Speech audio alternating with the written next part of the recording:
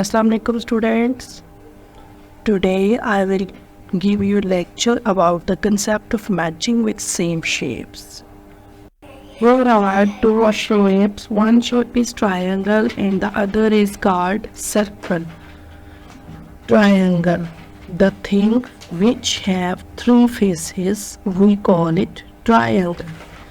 And things which are in round shape, we call circle.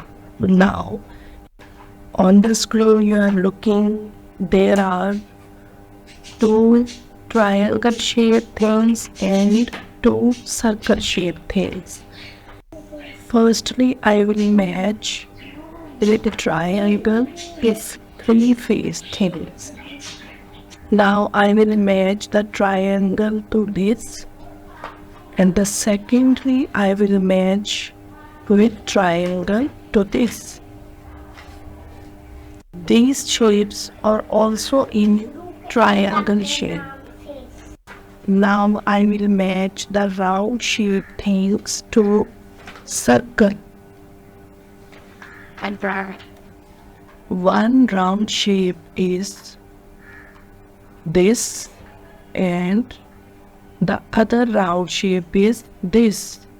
These are also circle.